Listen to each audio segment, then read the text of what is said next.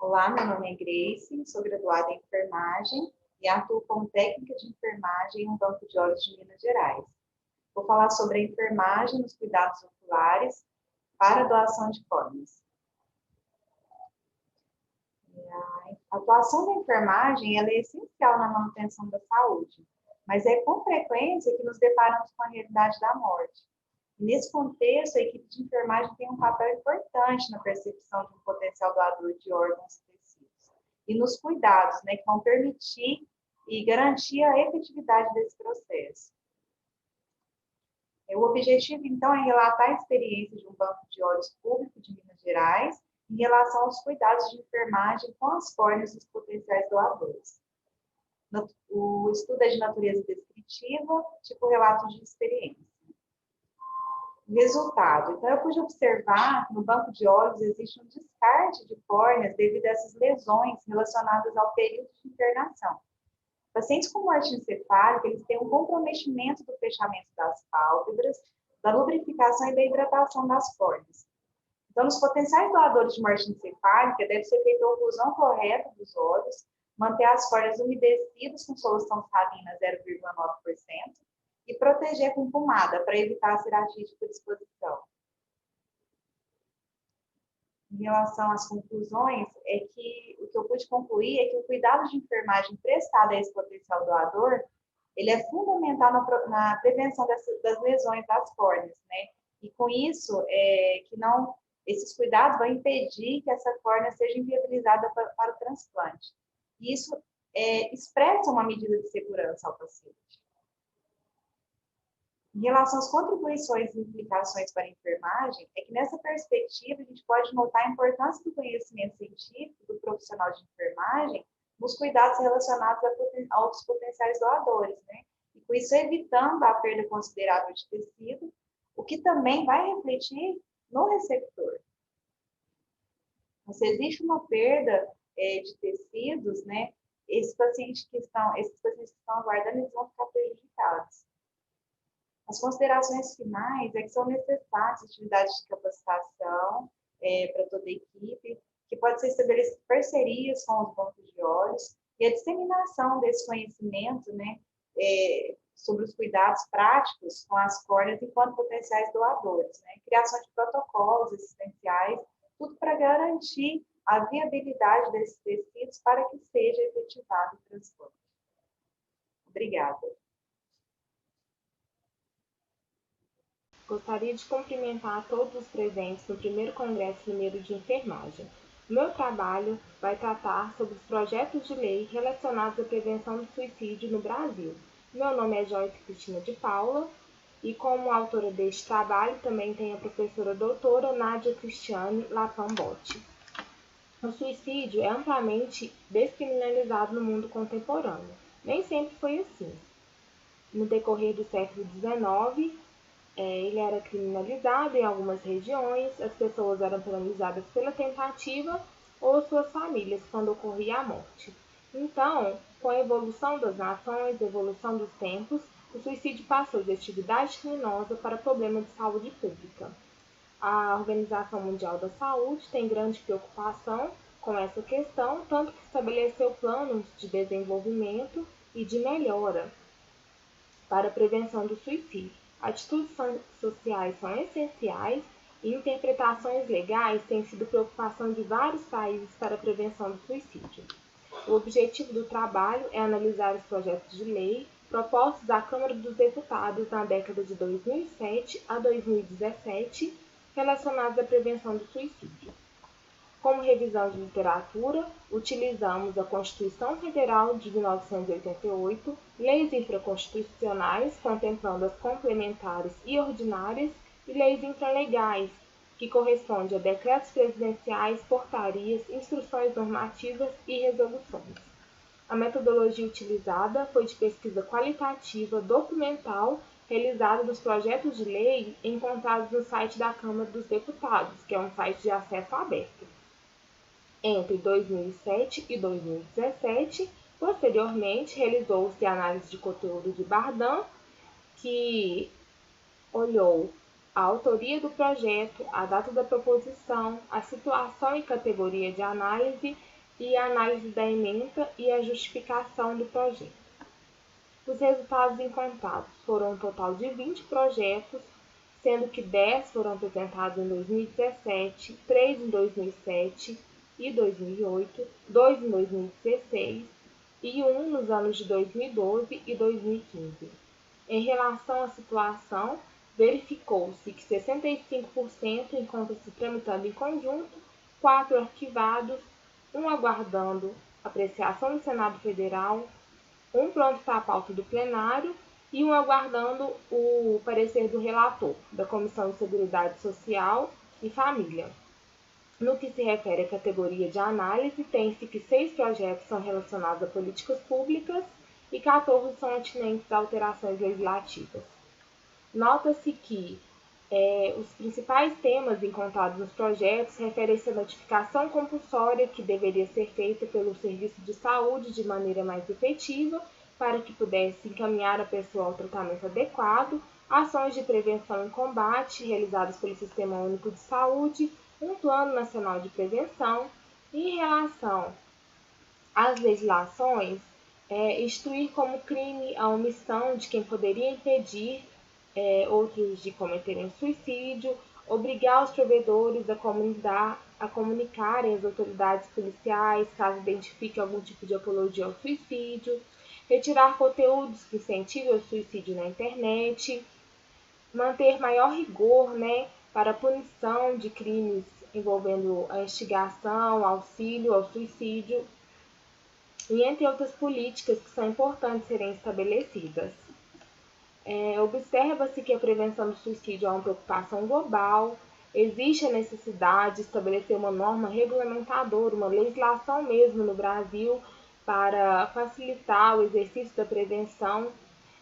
Existe a preocupação, já que neste total das demandas que analisamos dos projetos, apenas 1% tratam do suicídio e nenhuma proposta foi aprovada, não temos legislação no momento que trata sobre o tema, que é de grande importância.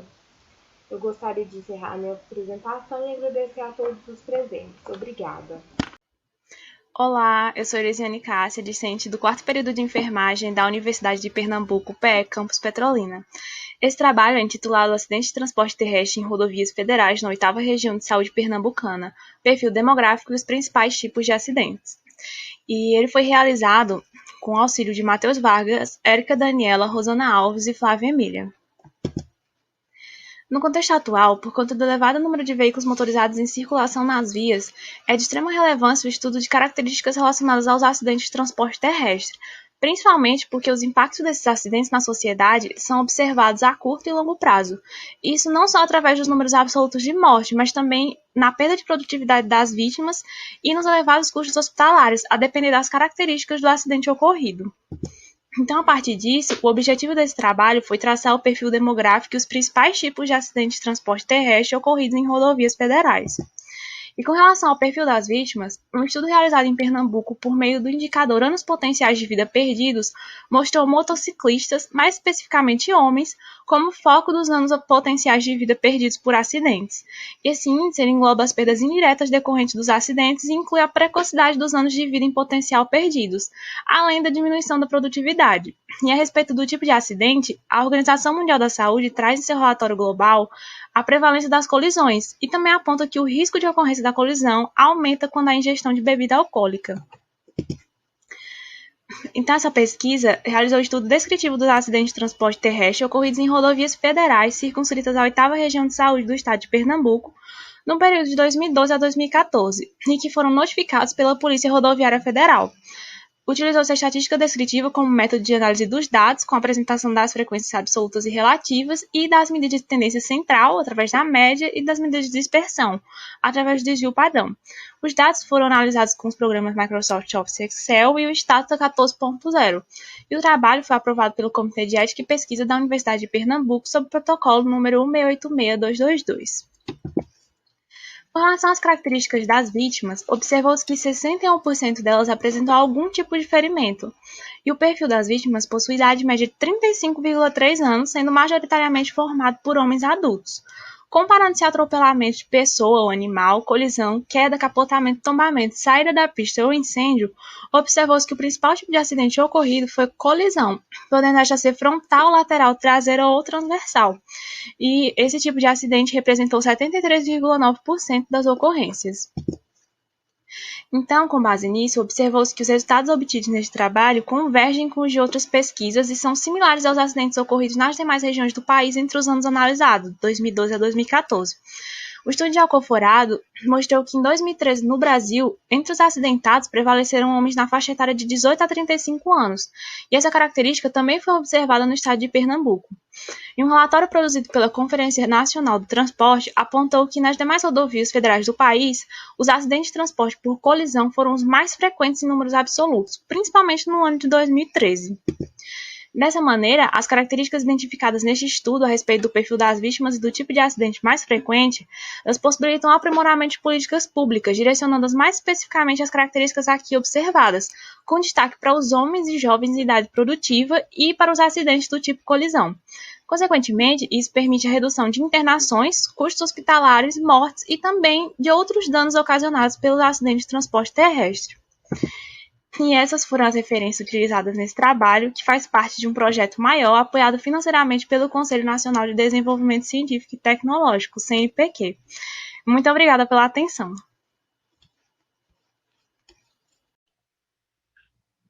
Olá a todos, meu nome é Milton Victor, eu sou acadêmico do 4º período de enfermagem na Unifacimed, em Cacoal, Rondônia. O nosso trabalho se intitula Atribuições da enfermagem no teleatendimento na atenção primária à saúde no contexto do Covid-19. Além de mim, os autores são Bianca Gabriela da Rocha, Jessica Reco Cruz, Wellison Leles de Oliveira e coordenado pela nossa professora, enfermeira, mestre, Terezinha Cícera Teodoro Viana.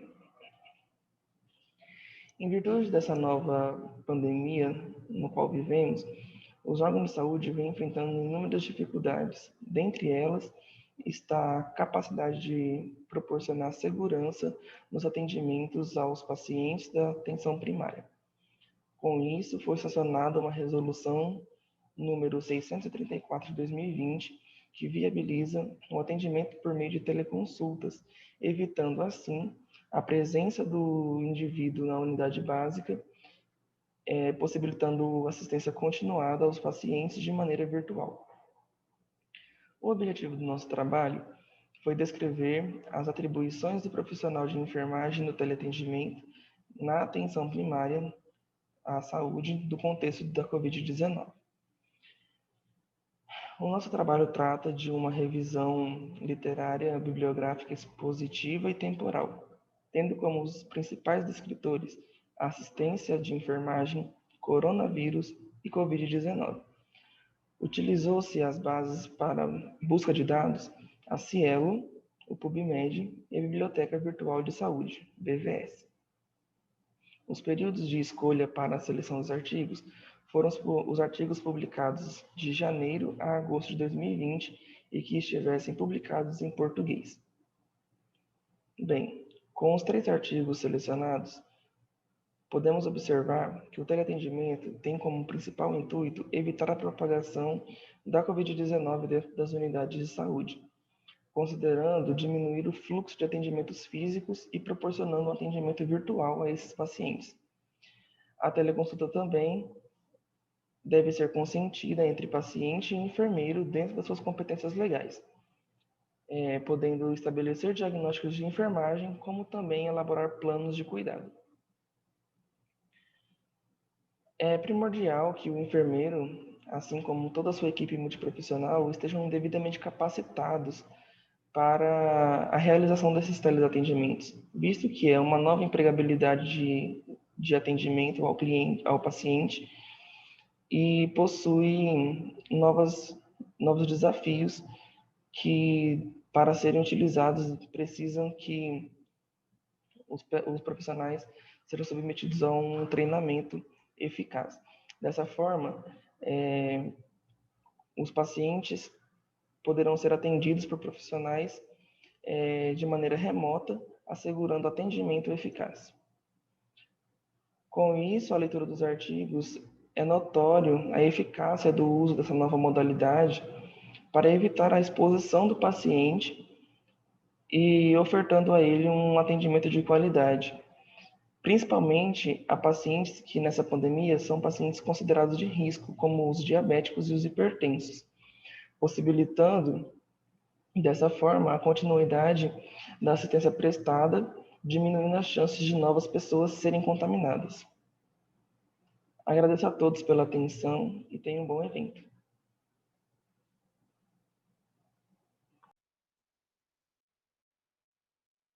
Meu nome é Flávia Fernandes e eu vou apresentar o trabalho intitulado Caracterização e Distribuição Espacial das Internações por Causas Externas entre Idosos Pernambucanos. Esse trabalho foi feito em coautoria com Érica Machado, Matheus Almeida, Mariane Carvalho e Rosana Mello. As lesões por causas externas afetam homens e mulheres e são consideradas evitáveis por meio das ações de vigilância, prevenção e controle. São causas que envolvem as violências e os acidentes. Os agravos mais frequentes em atendimentos são os acidentes de trânsito, queda da própria altura, quedas de altura, agressões e outros. As hospitalizações por causas externas nos idosos representam um importante impacto sobre o adoecimento nesse grupo etário, sendo fundamental o seu conhecimento para a adoção de medidas preventivas. Nesse sentido, esse estudo teve como objetivo descrever as internações por causas externas em idosos pernambucanos e caracterizar a distribuição espacial entre os municípios do estado. Entre os anos de 1981 e 2010, no estado de Pernambuco, a mortalidade por causas externas nos idosos teve como principal causa os acidentes.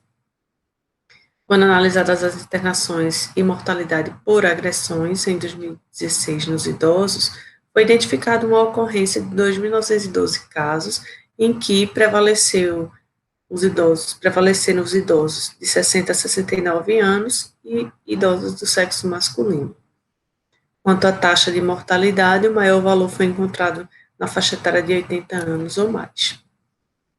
O presente estudo foi um estudo descritivo, com a utilização de dados secundários agregados e de domínio público, utilizando as bases de dados do Sistema de Informações Hospitalares do SUS e obtidos a partir do DataSUS. Incluíram-se no estudo as causas das internações do capítulo 20 da CID-10, em que foram processadas no ano de 2019 de idosos que residiam no estado de Pernambuco. Foi realizada estatística descritiva por meio da distribuição de frequências absolutas das internações e utilizou-se o software Geoda para a confecção dos mapas. Adotou-se a resolução do Conselho Nacional de Saúde, número 510 de 2016. Observou-se que as internações por causas externas entre os idosos em Pernambuco apresentou uma distribuição em todas as macro-regiões do estado. Analisando as internações, pôde-se perceber foram registradas 11.814 internações por causas externas nas pessoas idosas, no estado de Pernambuco. As mais acometidas foram as mulheres, porém os homens tiveram maiores registros em algumas casos, como nos acidentes de trânsito, nas agressões, nas sequelas de causas externas e nas causas externas não classificadas. Entre as mulheres prevaleceram as demais causas. Quanto à idade, destacaram-se os idosos mais jovens com as maiores hospitalizações, tanto no total quanto em todas as causas. As causas externas de morbidade representam um importante impacto na saúde da população idosa, especialmente nos idosos mais jovens, sendo registradas em todo o território estadual. Envolvem a atuação de equipe multidisciplinar, incluindo o enfermeiro, em especial no fomento de ações de educação em saúde, notificação dos casos e encaminhamentos quando necessário. Essas foram as referências utilizadas.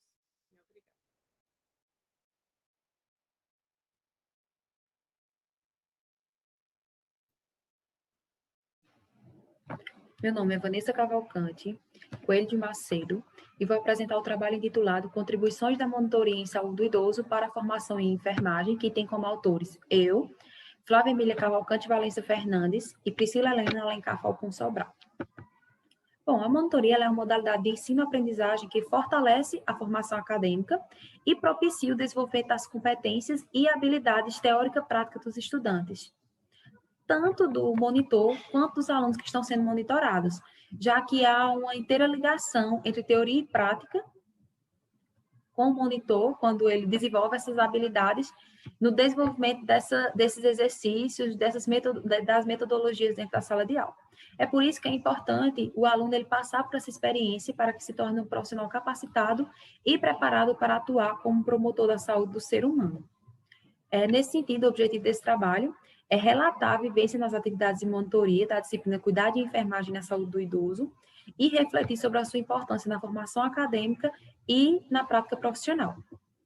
Bom, a monitoria, ela, no processo de ensino e aprendizagem, ela possibilita desde o acompanhamento de atividades, quando o monitor ele passa a auxiliar os discentes na construção do conhecimento e no desenvolvimento das atividades da disciplina, até mesmo na realização de orientações acerca dos trabalhos, acerca das atividades, como também revisão dos conteúdos que são ministrados pelo professor orientador. Também o desenvolvimento de metodologias diferenciadas, assim como na mediação de grupos de estudos, a monitoria atua como importante facilitador do processo de ensino-aprendizagem, porque ela, através das atividades desenvolvidas pelo monitor, é propiciada aos discentes cursantes da disciplina que haja uma construção efetiva e significativa do conhecimento através da utilização dessas metodologias. Métodos. Trata-se de um estudo descritivo do tipo relato de experiência, que foi realizado a partir da experiência discente na monitoria de saúde do idoso, que foi realizada entre agosto e dezembro de 2019. Resultados. A disciplina ela foi desenvolvida com o uso de metodologias ativas, como discussões em grupo, produções científicas, seminários e simulações teatrais, que ajudavam o aluno a entender e a construir o conhecimento acerca dos assuntos que foram estudados durante a disciplina. Possibilitou o aprofundamento dos conhecimentos teóricos, além de desenvolver a capacidade do planejamento através de aulas práticas envolvendo discentes e idosos, pois durante a disciplina teórica, os alunos eles puderam organizar práticas e atividades que trabalhariam na carga horária prática da disciplina com idosos nos centros de convivência do município. Além disso, propiciou a iniciação da docência tanto com os monitorados, quanto com os sujeitos que foram assistidos durante a disciplina, porque ao monitor possibilitou que este tivesse o contato direto com alunos da graduação, no auxílio da prática docente, como também com os sujeitos externos à universidade que foram assistidos durante a disciplina. Bom, discussão. A participação do monitor, ela contribui de forma importante para o desenvolvimento da competência pedagógica, auxilia na apreensão e na produção de conhecimento com outros alunos que também fazem parte do processo. A utilização das metodologias ativas, elas precisam acompanhar os objetivos pretendidos. Então, buscando se atingir o objetivo, o monitor, ele consegue planejar junto com o orientador as metodologias que serão utilizadas para cada conteúdo. E a avaliação ela é utilizada orientador e monitor com a turma, como uma estratégia que vai permitir reconhecer as dificuldades dos alunos e facilitar a adaptação das estratégias didáticas que serão utilizadas durante todo o período. Bom, considerações finais. A monitoria, ela direciona a formação para uma perspectiva ampliada, a partir do qual o discente monitor, ele torna-se possível ao discente monitor estruturar a organização de ações que vão contribuir com práticas assistenciais de maior qualidade. Através da prática que ele tem durante a graduação, na prática docente, ele consegue se inteirar de uma melhor prática para o exercício profissional. Essas foram as referências utilizadas. Obrigada. Olá, eu me chamo Maria Luísa e hoje vou falar sobre os fatores de risco para infecção puerperal no parto cesáreo, a qual foi composta por mim, Carolina Tayane e Rebeca dos Anjos, sob a orientação do professor Jorgas Marques. Bom, o Brasil, dentro do cenário mundial, possui uma das mais elevadas taxas de natalidade por parto cesáreo, abrangendo cerca de 23%, o qual ocasiona, consequentemente, maior número de casos de infecção puerperal, ou seja, a infecção no pós-parto. Mas por que é importante a gente estar discutindo sobre infecção?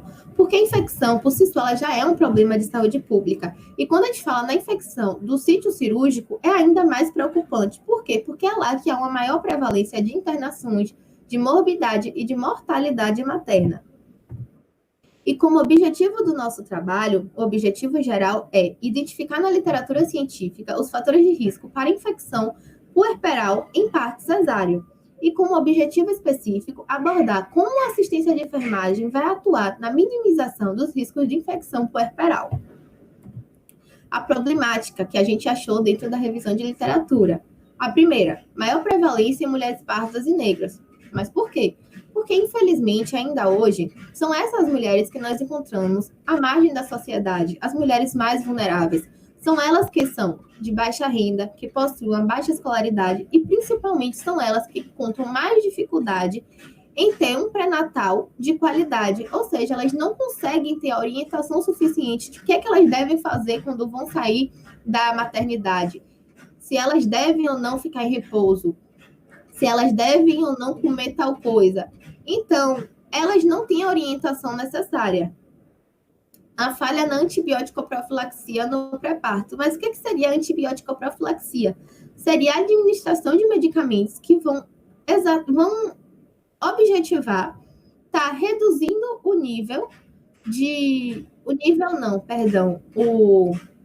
o risco de estar sendo infectada depois da cirurgia, no pós-parto. Metodologia. Nossa metodologia trata-se de uma revisão de literatura que foi realizada a partir das bases de dados Cielo e Lilacs, a partir dos descritores infecção puerperal, saúde da mulher e cesárea, em uma busca booleana utilizando a ferramenta AND e OR. Como critério de inclusão, nós usamos os estudos que contemplassem a temática disponíveis online, na íntegra, em português e inglês, e eles que tivessem sido publicados entre os anos de 2016 e 2020. Já como critério de exclusão, nós selecionamos os artigos que fossem repetidos na base de dados e outras revisões. Foram selecionados 12 estudos. Resultados. Nós tivemos a obesidade, a bolsa rota, que consiste na ruptura da membrana amniótica, que é antes ou durante o trabalho de parto. A ruptura de membrana, que consiste na vaginose bacteriana, que também é normal, ela é normal, porém, quando a mulher está durante a gestação, a vaginose, ela aflora mais ainda. Então, é muito mais suscetível que essa mulher tenha uma infecção no pós-parto. O elevado número de toques vaginais, porque vai estar ali inserindo várias e várias vezes os seus dedos para estar fazendo a medição, e aquele toque, quando ele é repetitivo, ele vai influenciar que essa mulher tenha uma suscetibilidade de contrair uma infecção. O mecônio no líquido amniótico, a imunidade deficiente, porque a mulher, quando ela está gestante, ela por si só já tem uma imunidade mais baixa, e a duração da cirurgia, porque quanto mais tempo a mulher fica na cirurgia, mais tempo ela vai estar exposta. Então, mais tempo ela vai estar suscetível a uma possível infecção no pós-parto, no tempo de recuperação. Discussão. O que é que a gente trouxe? Que sim, tem alguns estudos dentro da literatura sobre o relato do parto, tanto por via vaginal, tanto pela cesariana. No entanto, ainda não são o suficiente para que a gente chegue a uma conclusão de como que a gente pode estar reduzindo esses riscos. Considerações finais. Bom, com a necessidade de se diminuir o índice de infecção no puerpério, a enfermagem, que tem um papel muito importante no vínculo com o paciente, na assistência ali, naquele ciclo com todos os profissionais, vai ter um papel muito importante no cumprimento dos protocolos e também na orientação de como essa puérpera vai estar tratando suas cicatrizes, de como ela vai estar repousando, de como ela vai estar se tratando logo após a cirurgia. Bom, aqui são as referências, espero que tenham gostado. Obrigada pela oportunidade. Olá, eu sou Leandra. Irei apresentar o trabalho intitulado Impactos da Covid-19 na unidade de cuidado coronariano de um hospital universitário. As autoras são Leandra Delfim do Nascimento, Letícia Paula Lins e Lisiane Pinto Gomes.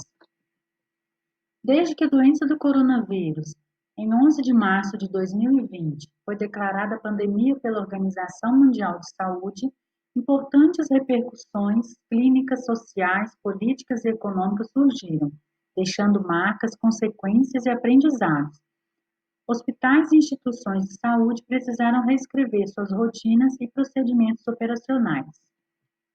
O objetivo desse trabalho foi descrever os impactos dessa pandemia na unidade de cuidado coronariano de um hospital de ensino de Belo Horizonte, referência em atendimento de nível terciário da rede pública de saúde. Uma pandemia provoca um grande impacto social, repercutindo no setor saúde, envolvendo toda a rede de atenção que está na linha de frente no combate à doença. De acordo com os dados estatísticos, 80% dos indivíduos diagnosticados com Covid-19 não necessitam de hospitalização.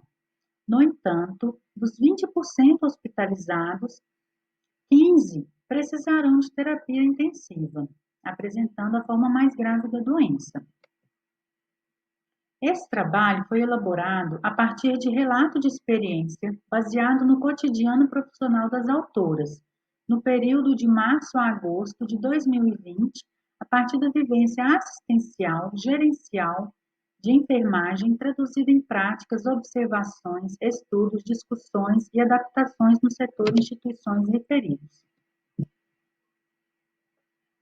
A alta demanda de leitos equipados para atender essas formas mais graves da Covid-19 resultou na necessidade de isolar e reestruturar um setor de terapia intensiva do hospital. Então, onde era o CTI geral, foi transformado em um setor para atender exclusivamente os pacientes com Covid-19 e a unidade coronariana ficou, então, responsável para a demanda de todos os demais pacientes de diversas patologias da instituição. Pós-operatórios, transplantados, pacientes que agravassem o quadro no andar necessitando de terapia intensiva, iriam então agora para a unidade de cuidado coronariano. Todo esse impacto, todas essas mudanças causaram grande impacto nos processos de trabalho da enfermagem, havendo assim um grande número de afastamentos e adoecimento dos profissionais, gerando estresse e sobrecarga de trabalho, além dos afastamentos de profissionais que se enquadravam no grupo de risco dessa doença, precisando desenvolver trabalhos remotos ou serem alocados em outros locais da instituição. Houve também extinção do leito reservado para síndrome coronariana aguda com supra de ST e angioplastia primária, que é uma condição grave e urgente nas cardiopatias. Cirurgias eletivas foram reagendadas ou canceladas. O enfermeiro desempenha papel fundamental no que diz respeito ao gerenciamento dos processos de trabalho da equipe de saúde, em especial da equipe de enfermagem. Destaca-se a importância de buscar melhores práticas para a definição de estratégias e fluxos para o enfrentamento das doenças. Vale ressaltar a necessidade de discutir os melhores modelos gerenciais que permitam planejar, decidir, organizar e controlar a prestação da assistência. Não menos importante, discutir também o manejo de condições clínicas em detrimento de outras doenças. Ações precisam ser planejadas para que não haja prejuízo aos usuários dos serviços de saúde e para que os profissionais de enfermagem tenham um ambiente laboral mais saudável, com melhores condições para uma assistência segura e qualificada. Destaca-se o protagonismo da enfermagem no cenário pandêmico, que, a despeito de condições não ideais, readaptou seu processo de trabalho, almejando uma assistência de qualidade aos seus pacientes. Essas são algumas de nossas referências. Agradeço a atenção.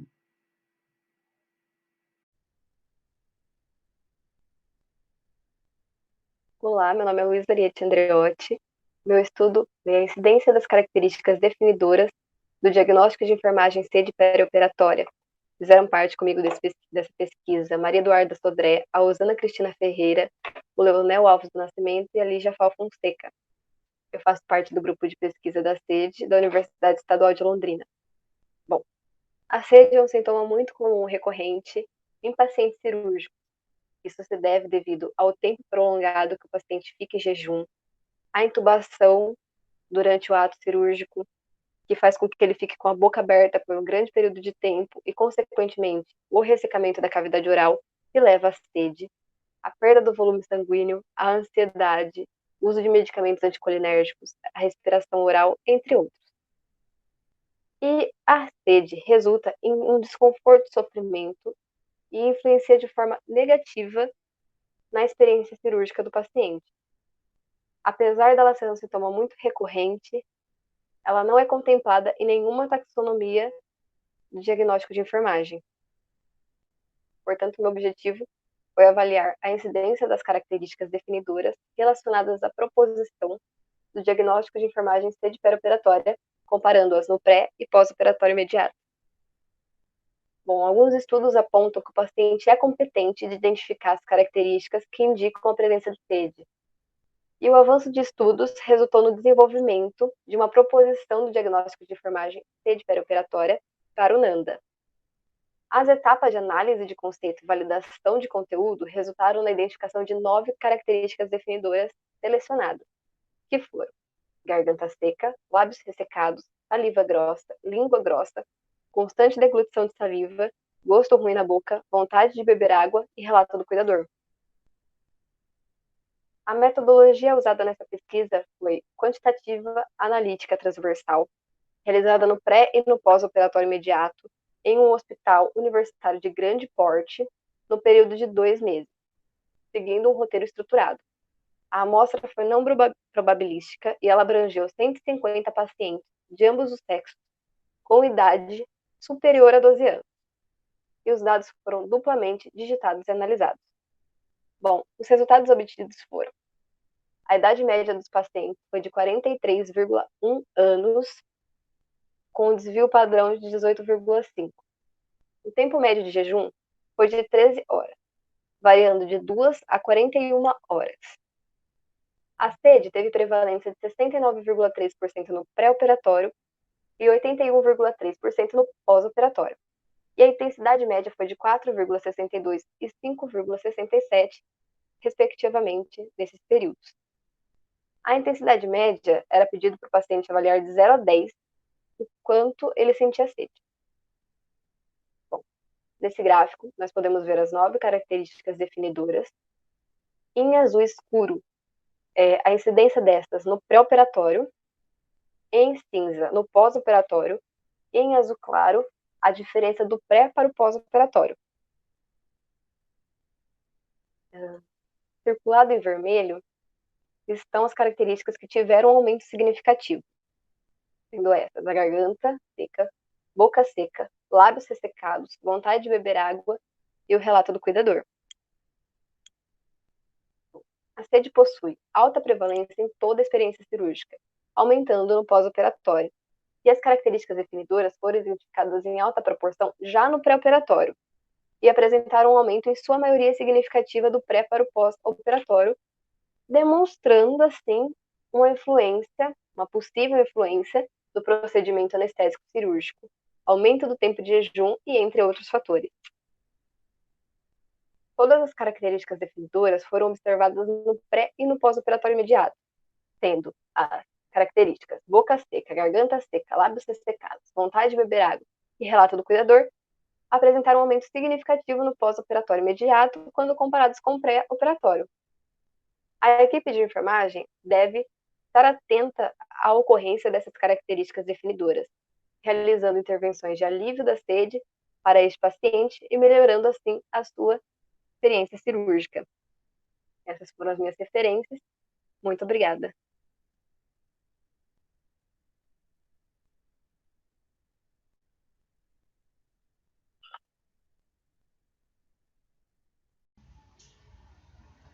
Esse trabalho trata-se do manejo da prevenção do câncer de colo de útero, uma revisão de literatura acerca das ações realizadas pelo enfermeiro. Esse trabalho foi desenvolvido pelas enfermeiras Flávia Andrade Almeida, Claudirene Milagres Araújo, Neidiane Lopes Martins, Paloma Duarte Fonseca. O câncer de colo de útero é o quarto tipo de câncer mais comum entre as mulheres, responsável por 311 mil óbitos por ano. A taxa ajustada de mortalidade por esse câncer é de 6,10 para 100 mil habitantes. São esperados para 2020 16.710 novos casos. O que é mais importante nesse contexto é que apenas 12 a 20% das brasileiras dentre a faixa de risco 24 a 64 anos nunca realizaram o exame citopatológico. Esse estudo tem como objetivo compreender o manejo da prevenção do câncer de colo de útero realizado pelo enfermeiro a partir da descrição da literatura. A metodologia utilizada foi a busca de artigos por meio do banco de dados BVS, Medline, Lilacs, onde foram encontrados 5.305 artigos. Aplicando os filtros, restaram 11 estudos. Desses estudos, eles foram caracterizados em 3 categorias. A categoria 1, busca ativa, a categoria 2, ações educativas, e a categoria 3, consulta de enfermagem. Na categoria busca ativa, os autores trabalharam algumas questões que são bastante relevantes no contexto da busca ativa. Alguns autores descrevem que há uma preocupação, sim, das enfermeiras em aumentar o número de mulheres que realizam o preventivo. No entanto, há um abismo entre a busca ativa e a real conclusão do exame, ou seja, aquela mulher é buscada, mas ela às vezes não chega a realizar esse exame. Ramos, então, aponta que essa acessibilidade da mulher é fundamental para uma busca ativa eficiente e para que o tratamento ocorra de maneira eficiente. Outra categoria importante discutida pelos autores é a importância das ações educativas como estratégia para a prevenção do câncer de colo de útero. Os autores revelam que há uma carência de ações educativas específicas para a prevenção do câncer de colo. Silva chama atenção para a necessidade da abordagem não só individual, mas também para a abordagem grupal. A consulta de enfermagem é outro tópico descrito pelos autores, e aqui é tratado muito a questão da consulta de enfermagem em ginecologia, pautando pela necessidade da integralidade do cuidado e do acolhimento a essa mulher. Rocha e Linhart revelam que as mulheres sentem muita falta desse acolhimento numa consulta ginecológica. Há uma robotização, da técnica da coleta e não é feita a abordagem integral às reais necessidades dessa mulher. A abordagem à mulher ainda é apontada como um grande desafio, pois envolve questões como a falta de capacitação dos profissionais, deficiência da organização, dificuldade no relacionamento profissional-paciente que possam dialogar com a ideia de um acolhimento integral às necessidades das mulheres. Percebeu-se a necessidade do enfermeiro aprimorar seus conhecimentos acerca da atenção à mulher de maneira integral para além da abordagem tecnicista, uma vez que os 3 eixos discutidos nesse estudo estão centrados em atitudes que comprometem o manejo da prevenção do colo do útero. Essas são as referências. Obrigada.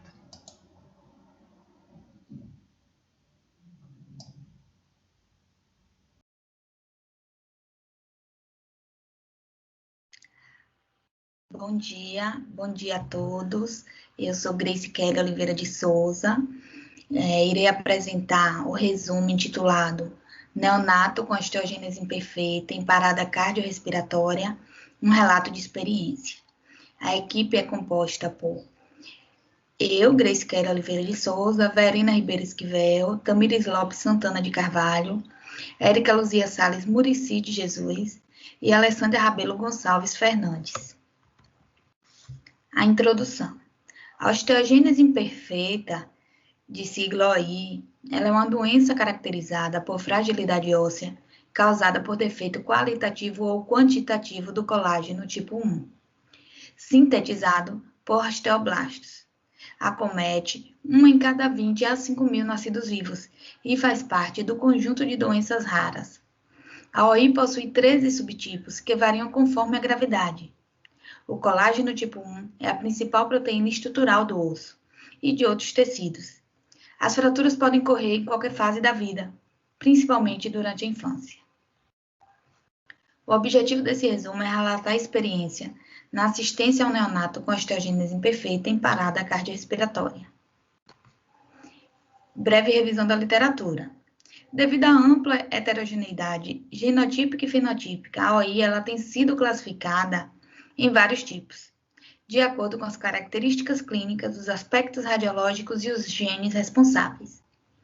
O grupo de nosologia da Sociedade Internacional de Displasias Esqueléticas, ela redefiniu a classificação clínica clássica da OI, adicionando a OI tipo 5, que é a OI 5, aos 4 grupos originalmente descritos. A OI tipo 1 ela é uma forma leve, caracterizada por nenhuma ou poucas fraturas e deformidades ósseas discretas. A OI tipo 2 ela é mais grave, é caracterizada por fragilidade óssea extrema, levando à morte no período neonatal. A OI tipo 3 ela é grave, os pacientes apresentam múltiplas fraturas. A OI tipo 4 é uma forma moderada com alta variabilidade clínica, em que os pacientes eles podem evoluir com poucas ou muitas fraturas associadas à deformidade óssea. E a nova classificação, que é a OI 5, então indivíduos com OI 5, eles apresentam a forma moderada da doença, com algumas características clínicas e radiológicas distintas, como calcificação da membrana interóssea entre o rádio e a una, e ou o tíbia e fíbula, formação de calos hiperplásicos em ossos longos, e deslocamento da cabeça do rádio e ausência de dentinogênese imperfeita. Qual foi o método utilizado para esse resumo? Trata-se de um relato de experiência sobre a vivência de uma parada cardiorrespiratória em um neonato com diagnóstico de osteogênese imperfeita, internada em unidade de terapia intensiva pediátrica de um hospital universitário federal na cidade de Salvador, Bahia, no mês de janeiro de 2020. Os resultados e discussões.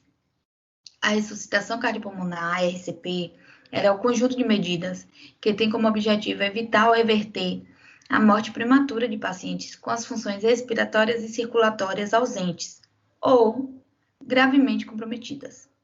Em crianças, a RCP ela está indicada na parada cardiorrespiratória e na bradicardia com hipoperfusão. Na situação vivenciada, foram iniciadas manobras de suporte avançado de vida, como intubação orotraqueal e assistência ventilatória.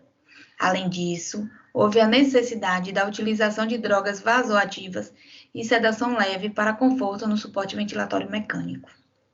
Em consequência da compressão cardíaca, foram observadas fraturas no tórax, demonstrando a necessidade de um protocolo para pacientes com osteogênese imperfeita. Essas foram as referências que nós utilizamos para a confecção do resumo, do relato de experiência, e muito obrigada.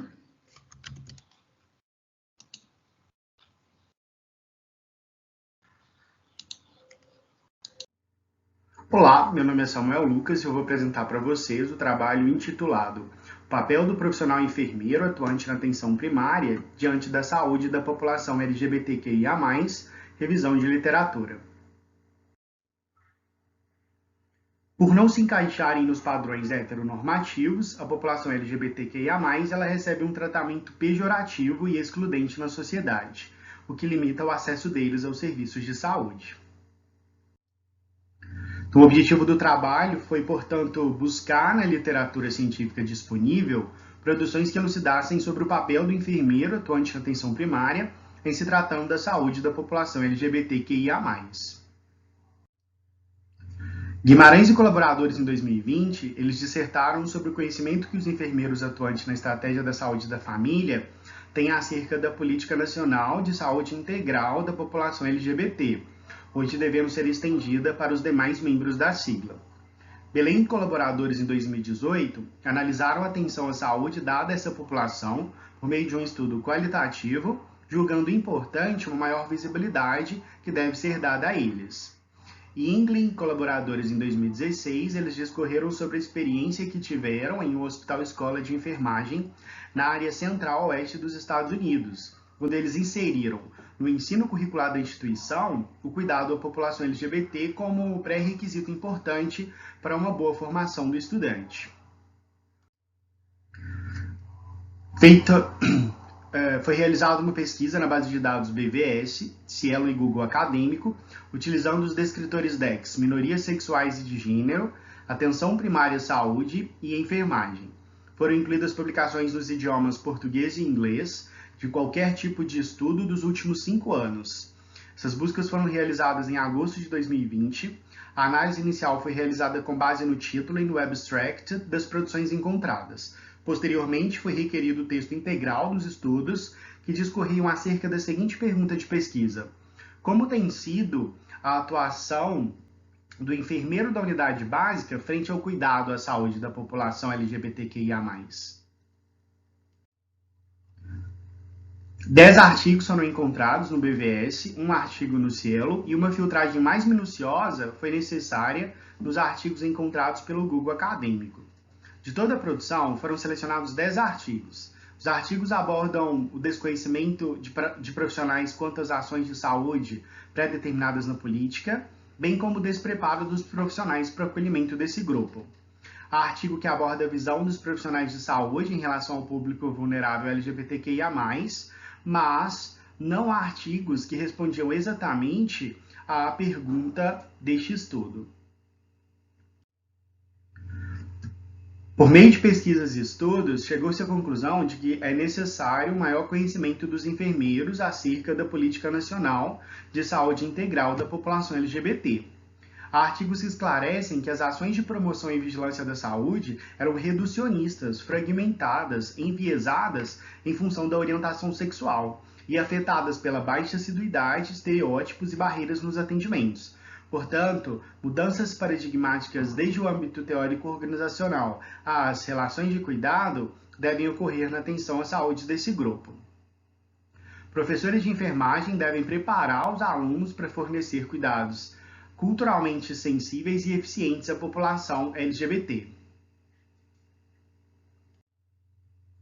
Mais estudos sobre esse tema precisam ser executados. De acordo com a Política Nacional de Saúde Integral à população LGBT, os enfermeiros deveriam atuar em ações de promoção à saúde, como combate à LGBTfobia, saúde reprodutiva e sexual, ações preventivas, como vacinações, rastreamento de IST e violência, ações terapêuticas, como cuidados em saúde mental e hormonização, que podem ser feitos, sim, na atenção primária à saúde.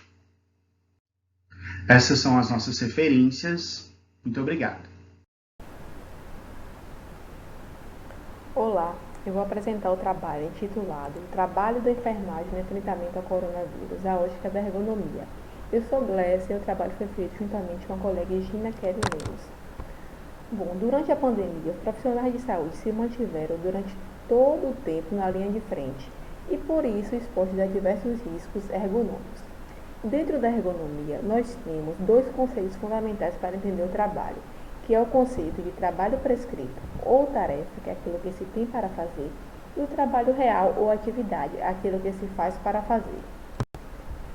O nosso objetivo é relatar a experiência vivenciada durante o trabalho em unidade de terapia intensiva destinada ao tratamento de pacientes com a Covid-19.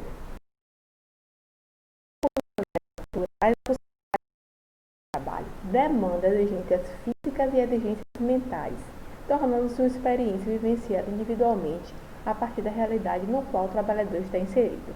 Durante o período da pandemia, essas exigências físicas e mentais para o trabalhador de saúde foram exacerbadas E justamente por isso, ao se pensar em qualquer estratégia para enfrentamento do coronavírus, é também importante se pensar em estratégias para melhorar o campo de trabalho. Nosso estudo descritivo é exploratório do tipo relato de experiência. Foi realizado em unidade de terapia intensiva adulto destinado ao tratamento de pacientes com casos confirmados e suspeitos da Covid-19 em um hospital filantrópico de Salvador, Bahia. Adotou-se como referência metodológica a análise ergonômica do trabalho e foi realizada a observação direta no local de trabalho, e a experiência relatada é fruto da percepção do observador do seu próprio trabalho e do trabalho dos colegas. Então, a análise da tarefa do enfermeiro detectou que havia manutenção prolongada da postura em pé, um risco de acidente, tanto com perfuracortantes como contaminação pelo coronavírus. Além disso, observou-se uma inadequação no uso de EPIs e também no tipo disponibilizado pela empresa, como, por exemplo, os macacões ou capas, a maioria das vezes, eram do mesmo tamanho e não levavam o porte físico do profissional. Alguns utilizavam M, outros utilizavam G, vinha apenas de um tamanho específico. Isso dificultava a adesão do profissional ao uso do EPI. Além disso, observou-se uma falta de treinamento para as equipes de enfermagem e de apoio, principalmente aquelas equipes de reabilitação, manutenção. Essas equipes praticamente orientadas apenas pelos enfermeiros, que é quem dava as orientações de paramentação, desparamentação. Então, faltam treinamentos mais efetivos e contínuos para essas equipes de apoio.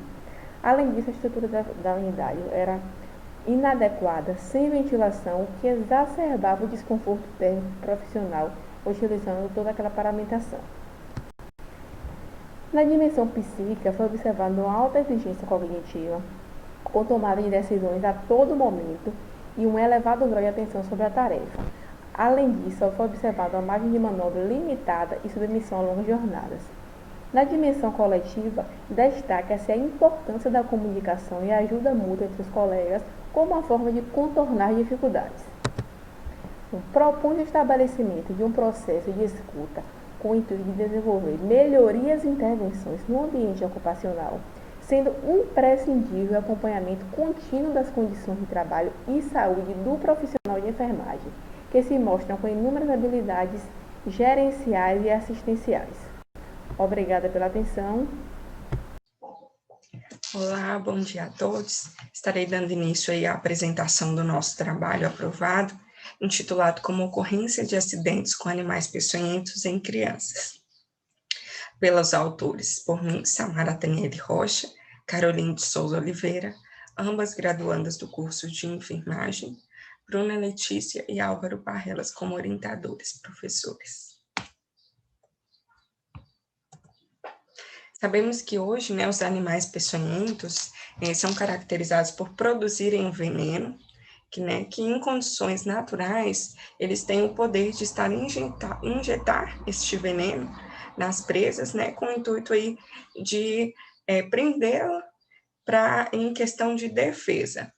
Os animais predominantes no nosso Brasil, nas regiões tropicais, são escorpiões, aranhas, abelhas, serpentes, que causam os mais acidentes aqui. O objetivo do nosso estudo é conhecer sobre a ocorrência e características dos acidentes com animais peçonhentos com a população infantil. Métodos, tratou-se de um estudo da literatura, a modalidade de revisão integrativa, utilizando 3 bases de dados, Cielo, Medline e Lilacs. Foram avaliados cerca de 48 artigos e 12 foram selecionados devido aos critérios, sendo ano e período de publicação, artigos completos e disponíveis gratuitamente em inglês, português e espanhol. Também foi utilizado descritores para facilitar a busca, sendo animais peçonhentos, crianças e epidemiologia. Com todo o nosso estudo, nós tivemos alguns resultados obtidos, sendo aí os escorpiões são a grande maioria dos animais e do número de acidentes com as crianças. Foi visto também que esses acidentes acometem principalmente áreas urbanas e que a faixa etária dessas crianças podem variar de 0 a 4 anos. Foi uma porcentagem de 72%, O maior número de casos são nas crianças do sexo masculino e a minoria feminina, certo? Os locais mais acometidos são mãos, braços, antebraços e pés. E a procura pelos serviços de saúde foi cerca de 2 horas após a mordida ou picada do animal. Outro fato que também causou, gerou uma reflexão, foi que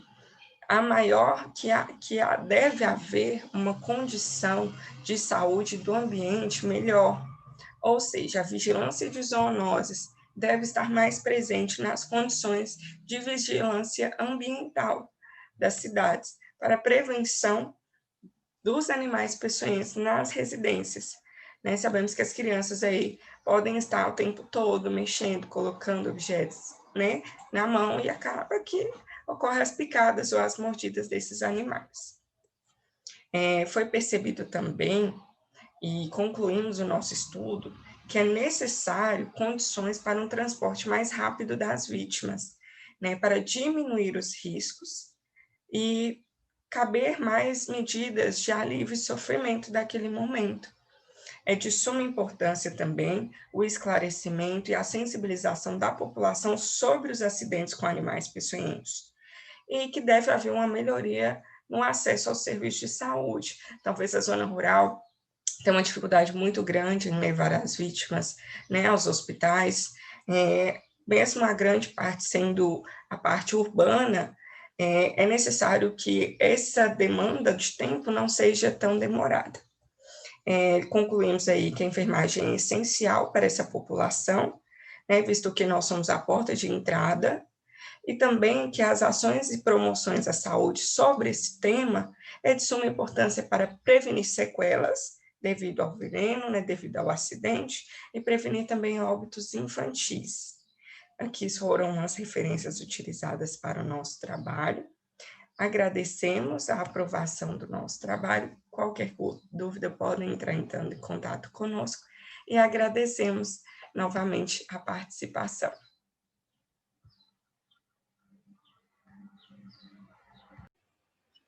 Bom dia, meu nome é Lorena Chaves Moreira, eu sou graduanda do 7º semestre do curso de enfermagem.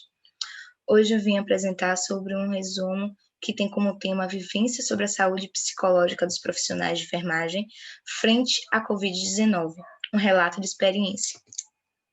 A Covid-19 foi considerada pela comunidade acadêmica e a comunidade científica, e a de saúde, como a maior crise sanitária do século XXI, justamente porque ela se alastrou de maneira muito rápida e a nível mundial. Junto com ela trouxe aos profissionais de saúde um abalo psicológico significativo, principalmente para aqueles profissionais que estavam na linha de frente do combate ao Covid-19.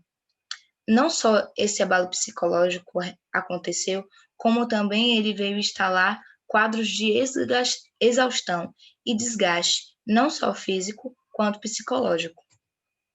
Os objetivos que esse resumo traz, como objetivo geral, expor a percepção do profissional de enfermagem diante as dificuldades em lidar com os pacientes de Covid-19, justamente pela quantidade, pela pouca informação da doença e pouca informação das linhas terapêuticas eficazes para esse paciente. E como objetivo específico, avaliar a necessidade de acompanhamento psicológico aos profissionais de linha de frente no combate à Covid-19, assim como entender as dificuldades implicadas para esses profissionais frente a uma carga horária de trabalho extensa e uma dupla jornada de trabalho. Como revisão de literatura, foram utilizados resumos que tivessem como eixos temáticos a saúde mental diante da pandemia Covid-19, as intervenções propostas para o cuidado psicológico desses profissionais de enfermagem e as consequências da pandemia do Covid-19 à saúde psicológica dos profissionais de enfermagem. Todos os resumos que se encaixavam nesses eixos temáticos foram utilizados como revisão de literatura. A metodologia do trabalho consiste em um estudo descritivo, qualitativo, do tipo relato de experiência. Ele aconteceu com observação no período de 4 meses, junto à busca de referenciais teóricos na base Lilacs e Cielo, e ele descreveu as vivências frente à reação dos profissionais de saúde relacionado ao contexto e aos desafios trazidos pela Covid-19, pela pandemia. E todas essas observações foram feitas em um hospital campanha de referência de Salvador, especificamente na unidade de terapia intensiva do Covid-19. Os resultados levantados nesse resumo foram que as principais pontos, né, levantados pelos profissionais de saúde foi o ambiente e as condições de trabalho ao qual esses profissionais estavam sendo inseridos, além do medo de contrair a doença, e não só de contrair, como transmiti-la aos familiares e conhecidos. Foi salientado por eles também o esgotamento físico e emocional que esses profissionais sentem perante a Covid-19. E também foi salientado o abalo em relação às condições de isolamento do paciente e as perspectivas de tratamento. Foram alguns achados importantes também, justamente pela pouca informação desse tratamento e por muitas das vezes a linha terapêutica não ser eficaz, fazendo com que esse paciente entre em óbito. A discussão levantada foi que, para esses profissionais de saúde, o trabalho de capacitação era extremamente essencial, e a educação permanente está próxima dessas equipes, justamente para manter o convívio dinâmico e a comunicação efetiva entre essas equipes.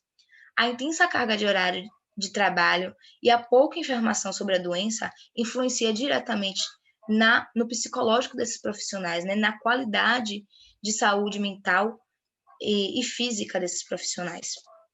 As considerações finais levantadas foi a necessidade de acompanhamento próximo e direto da equipe, de um psicólogo, né, de ter um acompanhamento psicológico ofertado de maneira gratuita e acessível pela própria instituição que eles estão inseridos, justamente para atender as demandas desses profissionais.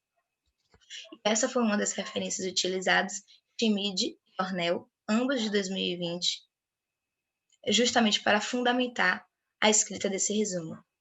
Agradeço.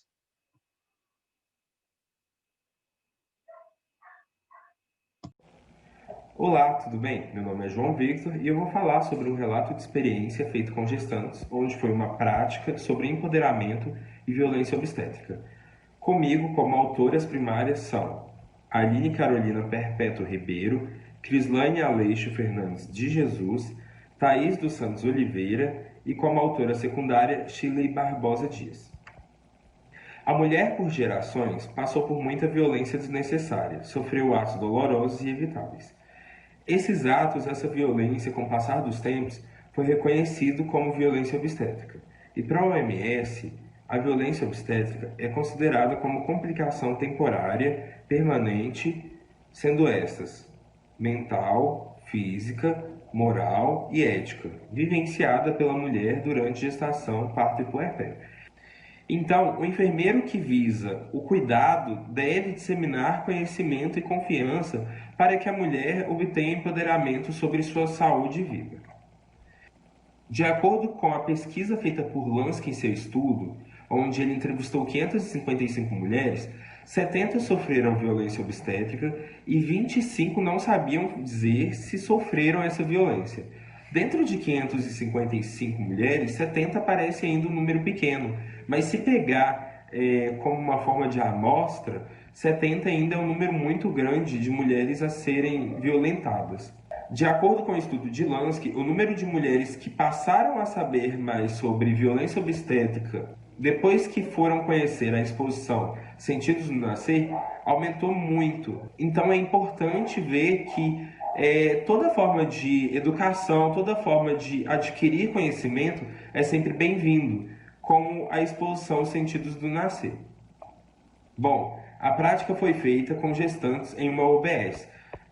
Foram produzidas estratégias metodológicas, sendo elas apresentação expositiva com slide, uma amostra de um vídeo produzido pelos discentes de enfermagem e entrega e discussão de uma cartilha criada pelos discentes, a fim de proporcionar uma ação educativa mais integral.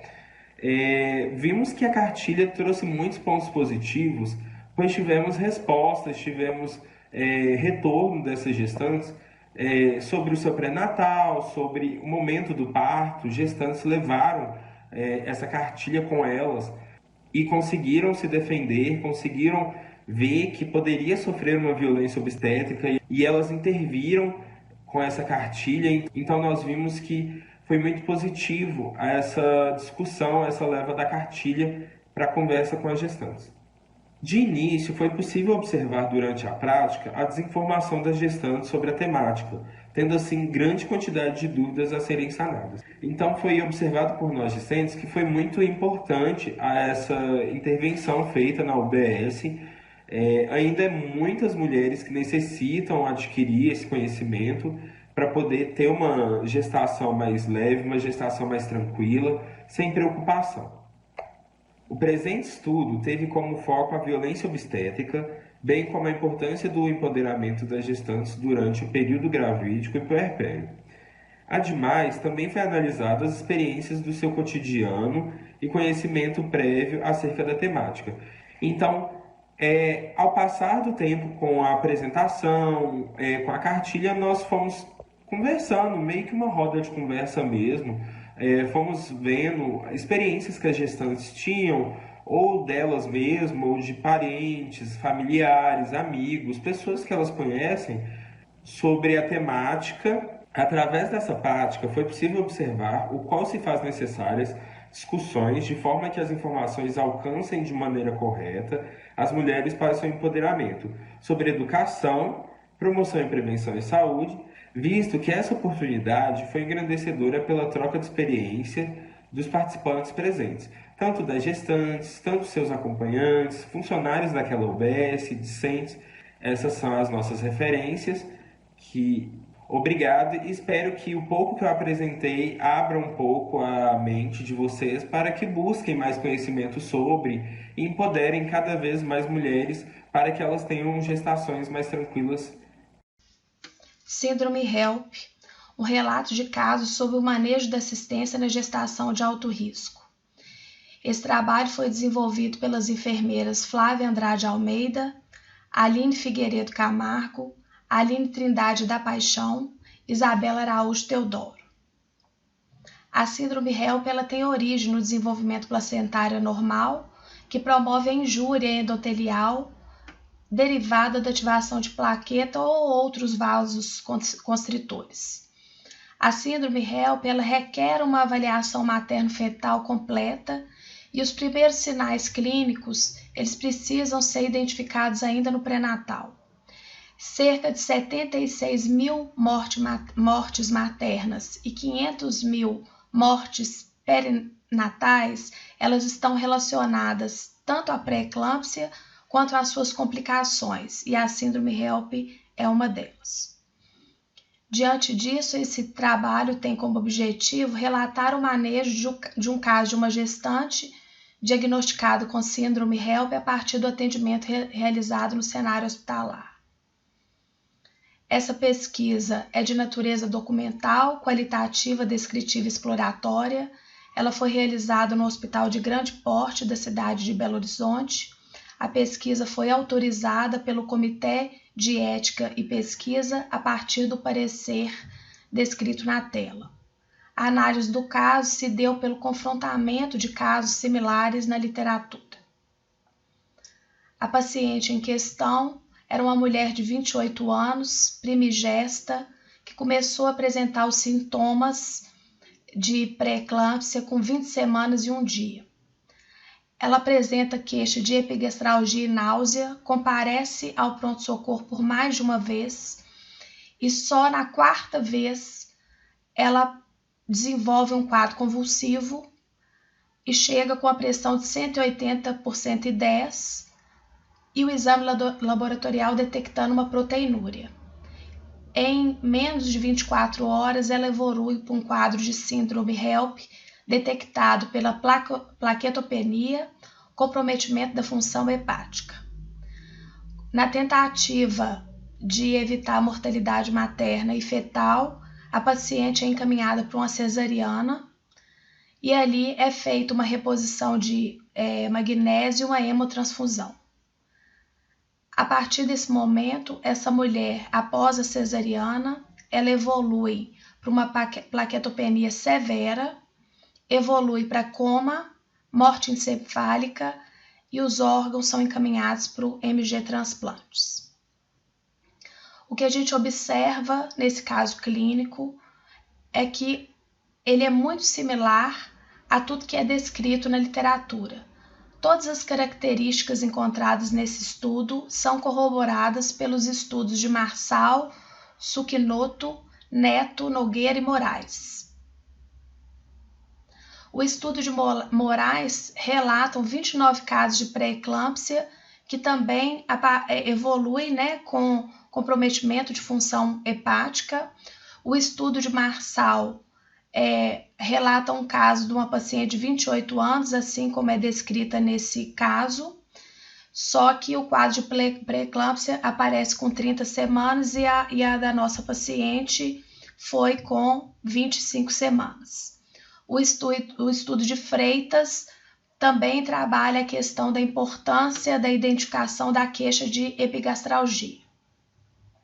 A evolução para o quadro de síndrome HELP foi silenciosa, visto que a sintomatologia relatada pela gestante poderia sugerir apenas mal-estar típico da gestação, e por isso pode em alguns casos ser desconsiderada. Por se tratar de um sintoma comum da gravidez, a referida paciente só procurou atendimento médico 6 dias após ao início da queixa de náusea e vômito, o que potencializou o quadro clínico. Apesar da epigastralgia ser descrita como sintoma clínico de patologia digestiva, ela deve estar associada diretamente à síndrome HELP. Acredita-se que são necessários estudos acerca da doença que sejam capazes de melhor identificar os riscos para o diagnóstico precoce e tratamento, para evitar esse desfecho de mortalidade materna e fetal. Os profissionais de saúde têm um papel relevante na avaliação e acompanhamento da gestante durante a prática do pré-natal. Essas são as referências.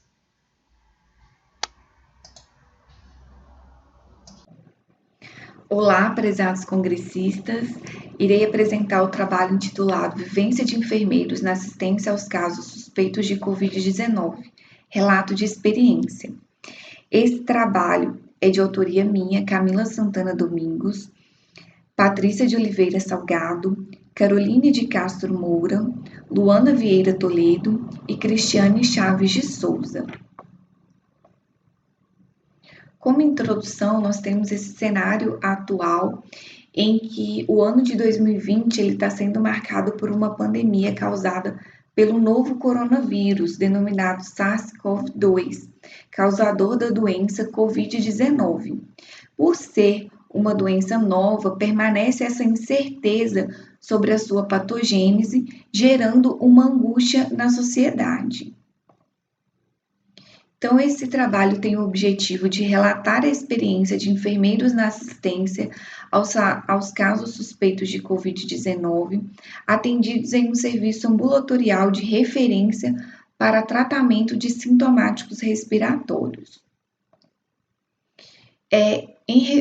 Em estudos de revisão de literatura que abordaram a questão da enfermagem em ação e o combate à pandemia, eles evidenciaram o período de incubação da doença, o número de infectados, a forma de transmissão, a mortalidade, o tratamento e o controle. E esses estudos têm demonstrado também que essas informações, essas incertezas e o descobrimento a cada dia um pouco maior sobre essa doença gera e traz angústias aos profissionais e à população, diante de algumas incertezas ainda que permanecem no campo.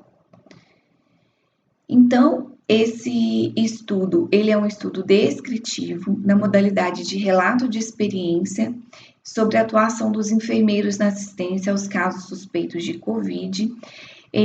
Esses enfermeiros atuaram em um serviço ambulatorial num período de abril a julho de 2020, e esse serviço ele foi considerado referência para atendimento de pacientes suspeitos de Covid-19 de um município da Zona da Mata Mineira. Como resultado, nós temos que a questão, da ansiedade e do medo vivenciado pelos enfermeiros na constante exposição ao vírus durante o trabalho executado, mas foi possível desenvolver múltiplas ações envolvendo as dimensões do cuidar, que envolve o assistir, que está relacionado à assistência às principais queixas do paciente, o ensinar, que refere-se a orientações de medidas de proteção para evitar a disseminação do SARS-CoV-2, a dimensão do investigar, que é a atualização rotineira dos enfermeiros a partir de pesquisas em base de dados científicos, e a dimensão do gerenciar, que envolve a gestão de recursos humanos, recursos materiais, especialmente os equipamentos de proteção individual, considerados escassos nesse período pandêmico.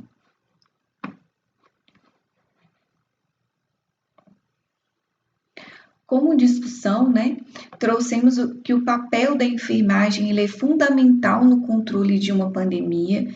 Estamos vendo isso nesse cenário, e que a missão de cuidar se sobrepõe à ansiedade e o medo vivenciados. Então, esse cuidar, ele é maior nessa dimensão do que a ansiedade e o medo, essa necessidade do cuidar que nós enfermeiros temos.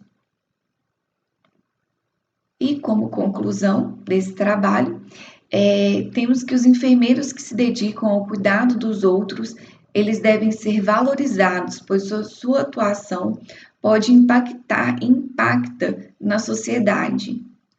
Essa pandemia demonstrou o essencialismo da enfermagem nos serviços de saúde, bem como seu protagonismo. A unidade ela foi coordenada por uma equipe de enfermeiros altamente qualificados e comprometidos, o que culminou com os resultados positivos durante o período de existência dessa unidade. Essas são as referências da nossa apresentação. Muito obrigada. Olá, tudo bem? Meu nome é Samara e vim trazer para vocês o nosso trabalho de pesquisa, a vivência dos enfermeiros no cuidado da criança em situação de emergência. Os autores são Ícaro Pinheiro dos Santos, Samara Medina Mendes Ferreira, que sou eu, Tatiane Daniele dos Anjos e Daniela Aparecida de Moraes. A assistência à criança em situação de emergência, ela pode ser muito estressante para o enfermeiro. O choro da criança pode trazer desconforto, a falta de colaboração, o medo e até mesmo os familiares que são acompanhantes presentes nas realizações do procedimento podem dificultar e trazer muito estresse para os enfermeiros. Essas situações podem interferir em suas habilidades e concentração, atrapalhando as execuções dos seus serviços. Então, o objetivo da pesquisa foi de conhecer as vivências dos enfermeiros frente ao cuidado da criança em situação de emergência. Mectária, ele cita que a assistência em uma unidade de urgência é considerada muito movimentada pelo acúmulo de pacientes. Batista, em 2006, relata que o enfermeiro ele presta assistência em setores considerados desgastantes. E Silva, em 2015, cita que situações de estresse que podem afetar fisicamente, emocionalmente e profissionalmente. Então, de acordo com essas revisões literárias, nós decidimos abordar essa pesquisa. A metodologia empregada nessa pesquisa foi de um estudo qualitativo, sem vínculos com instituições. Foram 11 enfermeiros entrevistados que atuam na unidade de emergência. Nós coletamos os dados deles utilizando a técnica bola de neve. As entrevistas foram realizadas todas online devido à pandemia do novo coronavírus e abordamos 5 perguntas referentes ao tema. Utilizamos a técnica de Bardan e selecionamos a partir disso 4 categorias. A primeira categoria que foi selecionada foi fazer a diferença e poder ajudar. Todos os nossos enfermeiros entrevistados relatavam a ansiedade de poder ajudar aquela criança, de fazer a diferença no seu atendimento.